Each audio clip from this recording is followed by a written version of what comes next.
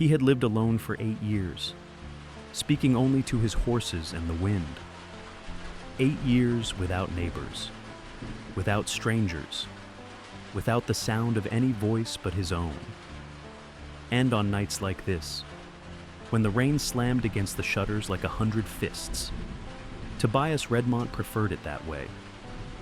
He sat by the fire, mending an old bridle, leather worn smooth from years of use.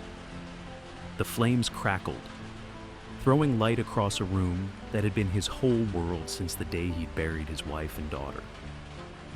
Then, knocking, not the polite tap of a neighbor. This was desperate, urgent, the kind of pounding that belonged to people with nowhere else to go. Tobias froze, the leather strap still in his hands. Nobody came to his ranch. Not since he'd made it clear he wanted nothing to do with the world beyond his fence line. The knocking came again, harder now, joined by voices, quick, low, speaking a language he recognized but hadn't heard in years. Apache. His chest tightened. The last time he'd heard that tongue, his wife and daughter had still been breathing.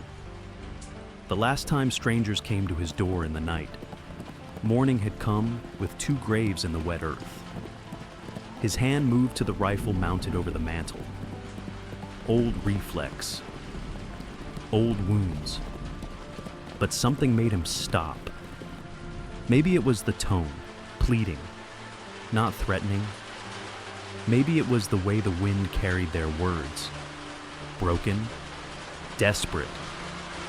Or maybe it was because warriors didn't usually knock. He stepped slowly to the heavy oak door, each footfall measured. Through the wood, the voices were clearer now, women's voices, urgent but controlled. Then one rose above the rest, speaking careful English. Please, we know you are there. We need shelter, just for tonight. Tobias pressed a palm to the door, feeling the vibration of their words. 8 years alone had sharpened his instincts, and they were screaming now, not about danger from these women, but from whatever had driven them here in a storm that could kill a man in minutes. He thought of Sarah, how she used to say kindness was the only thing that kept them human. But Sarah was gone, and kindness had been buried with her. The voice came again, closer this time, almost touching the door. They are coming. If you do not help us, we will die out here. And when they find our bodies at your gate, you will die too. His hand hovered over the iron bar that locked the door. In 8 years, he had never lifted it for anyone. But something in that voice cut through the walls he'd built inside himself. The iron bar felt heavier than it should have. When he finally lifted it, it was like prying loose 8 years of rust and fear. The hinges groaned as the door swung open, and the sight before him would haunt Tobias Redmont for the rest of his life. 10 Apache women stood huddled on his porch, dresses torn and muddy, some bleeding from wounds that darkened in the rain. The youngest clutched a bundle that moved an infant, barely breathing. The one who had spoken stepped forward, chin high despite exhaustion. Blood ran from a cut above her eye. "I am Ayana," she said. "These are my sisters, my daughters, my people. We have been running for 3 days." Tobias opened his mouth to speak, but the sight of the infant's pale lips cut him off. Questions could wait. Some things mattered more than answers. "Come in," he heard himself say. They moved quickly, shadows slipping past him into the warmth of the main room. The cabin felt smaller now, walls closing in around the smell of rain, fear, and blood. Ayana was the last to enter. As she stepped inside, her voice dropped low. almost swallowed by the crackle of the fire. The soldiers who hunt us. They are not far.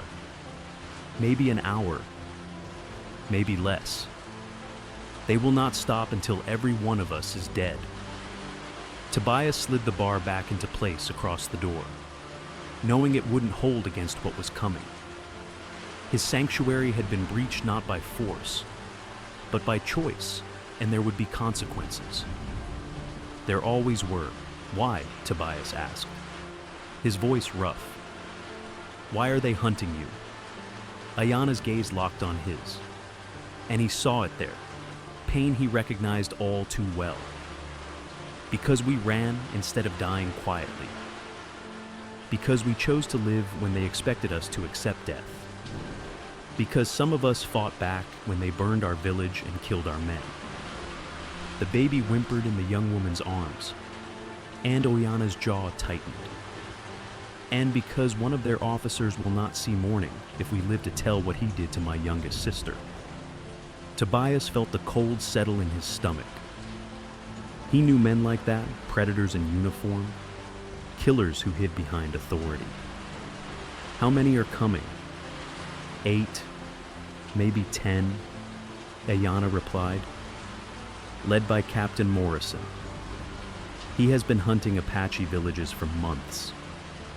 Says we are hostile, but his real enemy is anyone who might tell the truth about him.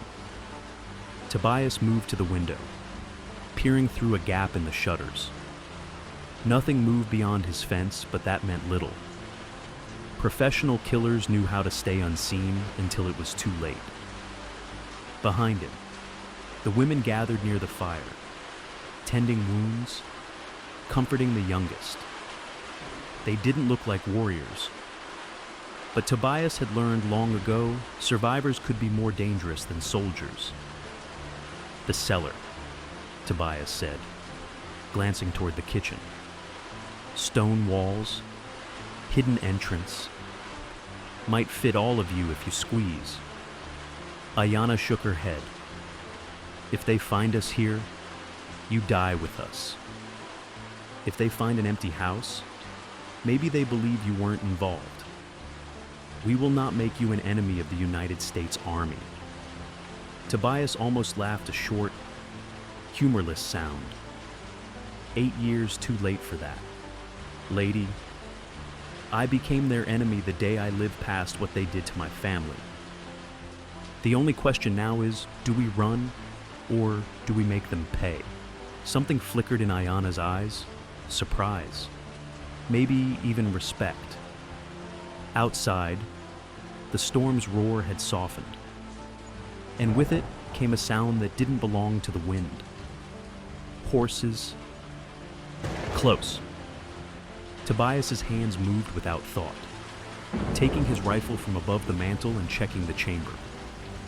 But when he turned, he saw something that stopped him cold. Ayana was no longer just the desperate refugee who'd knocked on his door. Her posture was straighter now, eyes sharp, a long knife glinting in her hand. The other women moved with the same quiet precision hands slipping beneath torn dresses to draw hidden weapons, feet placing themselves in positions they'd clearly practiced before. You're not helpless, Tobias said. We never were, Ayana replied. But sometimes it's better to let men think what they want. Captain Morrison believes he's hunting women who will cower and beg. He's about to learn otherwise. From the darkness beyond the fence came the crunch of boots in mud. Voices low and confident predators closing in on what they thought was trapped prey. A horse whinnied close to the porch. Heavy boots splashed through mud just beyond the door.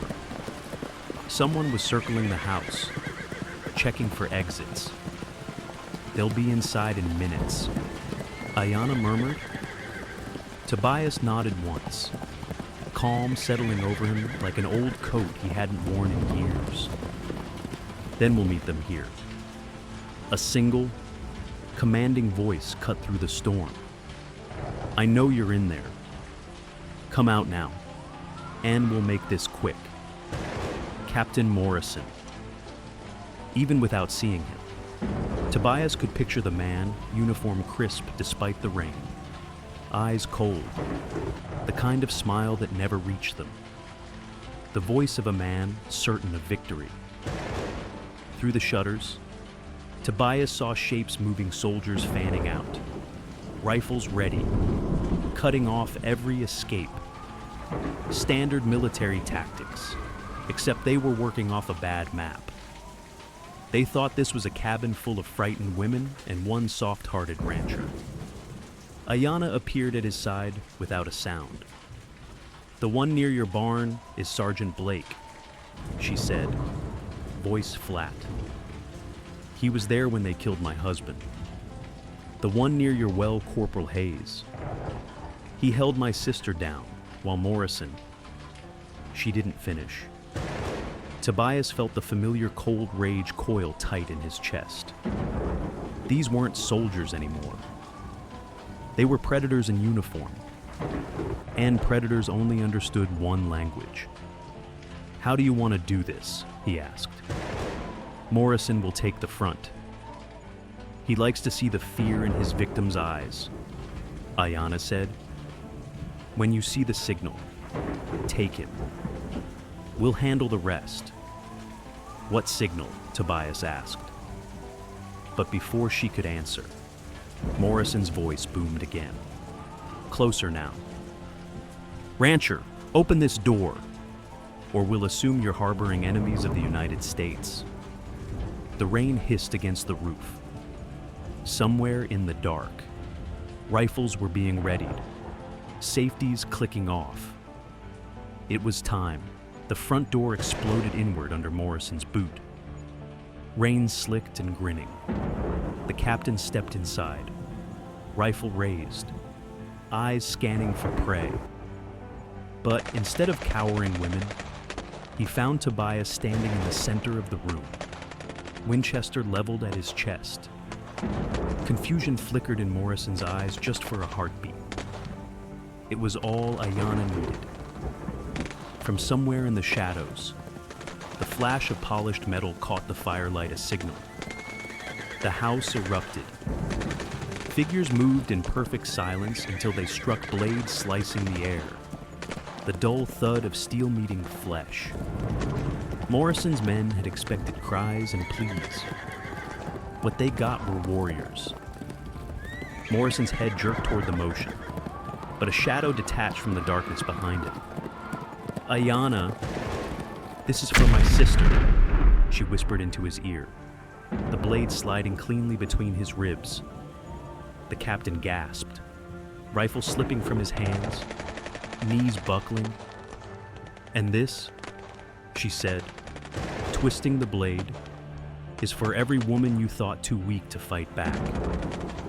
He crumpled, breath rattling, eyes wide with the realization that he'd walked into his own grave. But before the victory could settle, a new sound rolled in from the storm. Hoofbeats. More of them. And the glow of torches, many more than before, flared in the darkness beyond the broken door.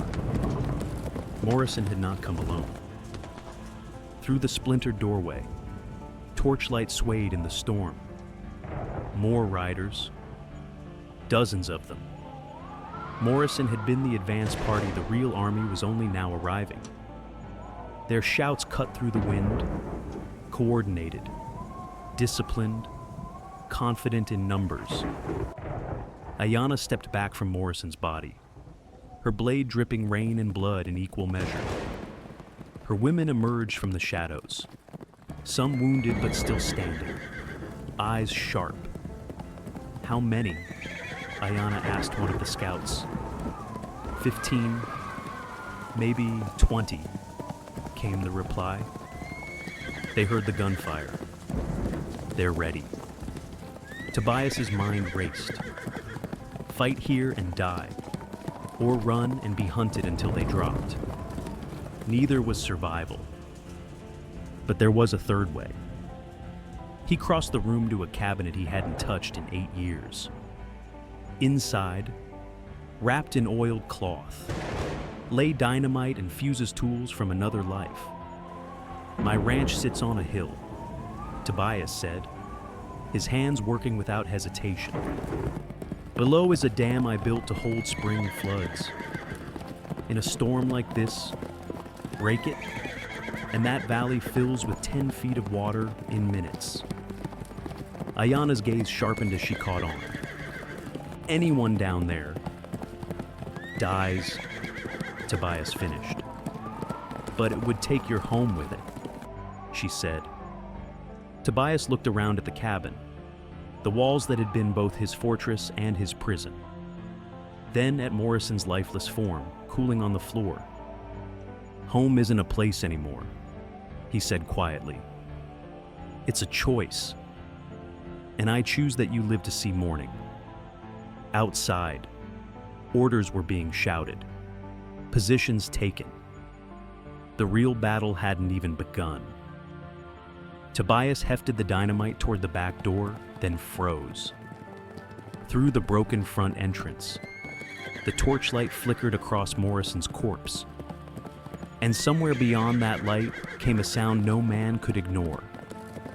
A baby crying. Not the infant in the young woman's arms inside, but another out there, in the storm. Ayana's grip tightened on his arm. It could be a trick, she warned, voice sharp. Tobias shook his head. He knew that sound. He had heard too many real cries in his life to mistake it now. We can't blow the dam, he said quietly. Not with a baby down there. One of the other women hissed. Then we all die. She wasn't wrong. But Tobias also knew some lines. Once crossed, could never be stepped back from. There's another way, he said, setting the explosives down. Harder, more dangerous, but it keeps everyone breathing. Ayana's eyes narrowed. Tell me. We make them think we're trapped, Tobias said. Draw half their force into an assault. The rest will hold back with the horses and the baby. Then we hit them where they're weakest. He crossed to another cabinet, pulling out things from a darker chapter of his life, caltraps, tripwires, bear traps that had never seen a bear. 8 years ago, these defenses were meant to keep death away. Tonight, they would be used to make sure others lived. Orders barked outside, soldiers moving into position. The rain had lightened, but the ground was slick and treacherous. If they moved now, they might save the child. If they hesitated, they would lose everything. Ayana met his gaze. Then we move. The rain-slicked mud clung to Tobias's boots as he led the two Apache women through the darkness. The baby's cry was closer now, threading through the sounds of stamping hooves and murmured voices. Then he saw it, a supply wagon sitting in a shallow rut, lantern light spilling faintly from beneath its canvas cover. Beside it, a young woman crouched, rocking a bundle against her chest. 3 soldiers stood nearby, rifles slung but eyes scanning the storm. Tobias raised a hand, signaling his companions to hold position. Then, without breaking stride, he stepped into the open. Easy, soldier, he called, his voice steady. Lieutenant Morrison sent me to secure the civilians. For a heartbeat, the nearest guard hesitated, squinting through the rain.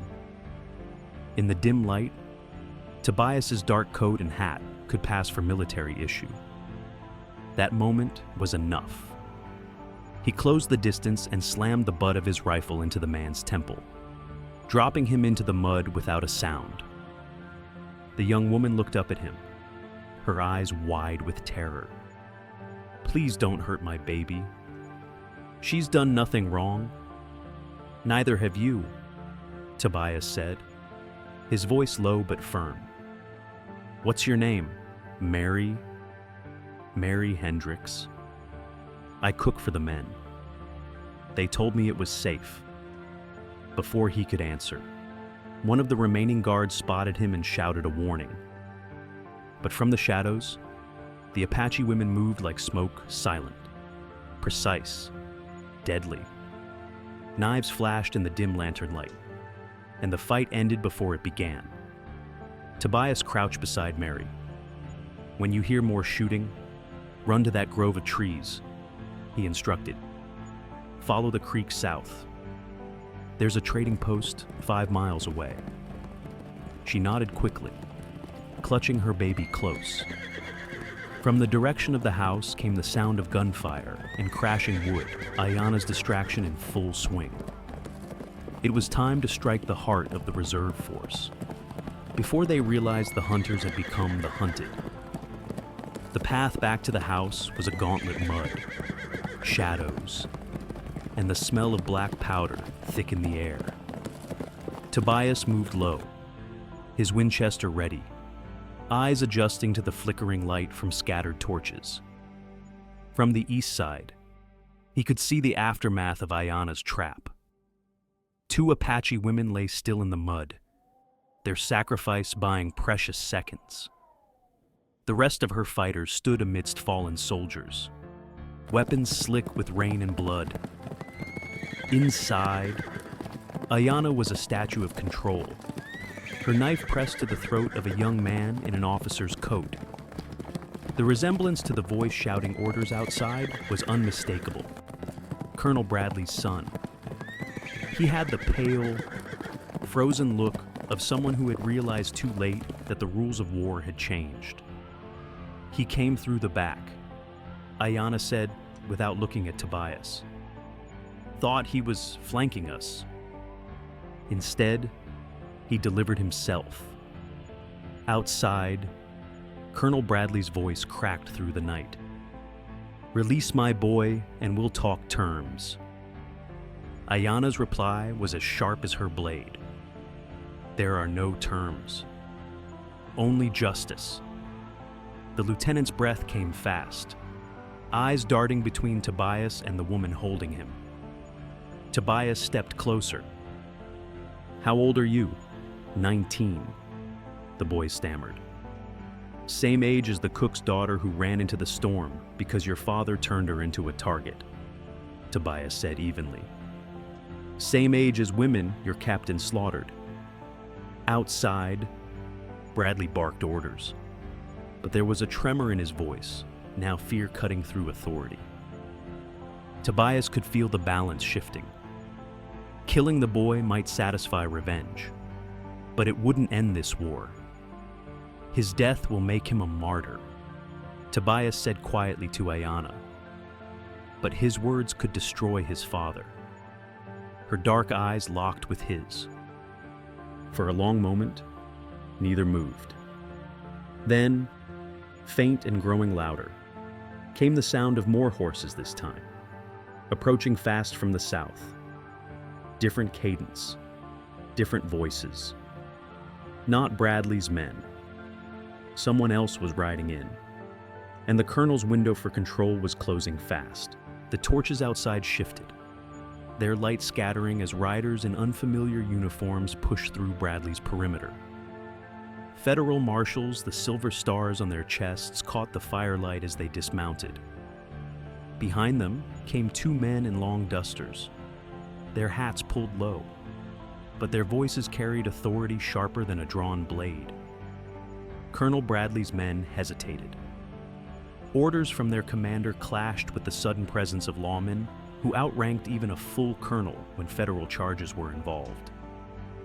Bradley stepped into view, the storm painting streaks of water down his face, his jaw locked tight. From the doorway, Tobias caught the shift. The colonel's soldiers weren't looking at him anymore. They were looking at the marshals. And the marshals were looking straight at the young lieutenant in Ayana's grasp. Colonel Bradley, one marshal called, voice cutting through the rain. You and your men are under investigation for unlawful raids and civilian massacres. Murmurs rippled through the line of soldiers. The second marshal's gaze shifted to the lieutenant. And that young man might be the key witness. Bradley's mask of control cracked, just enough for Tobias to see the desperation underneath. "Release my son," Bradley barked, but it no longer carried the same weight. Ayanna's grip on the boy tightened. "He stays where he is until every one of your men drops their weapons." The marshals didn't intervene. They didn't have to. The choice was already being made in the minds of Bradley's soldiers. One rifle hit the mud, then another. The sound spread down the line until the night was filled with the dull thud of surrender. Tobias stepped out into the open, rifle slung but ready. "This ends now," he said, his voice steady. "No more villages burned. No more lies." Behind him, Ayanna lowered her blade from the lieutenant's throat, but her eyes never left Bradley's. The war they'd fought tonight was over, but the reckoning was only beginning. By dawn, the rain had washed the blood from the yard, but it couldn't erase the night's memory. Colonel Bradley stood shackled between two marshals, his uniform soaked and caked with mud. The man who had commanded with arrogance now kept his eyes fixed on the ground, avoiding the gaze of the son who'd shattered his empire with the truth. Ayanna watched in silence as the marshals read the charges aloud: war crimes, unlawful raids, murder under color of law. Each word was a stone on the weight Bradley would carry for the rest of his life.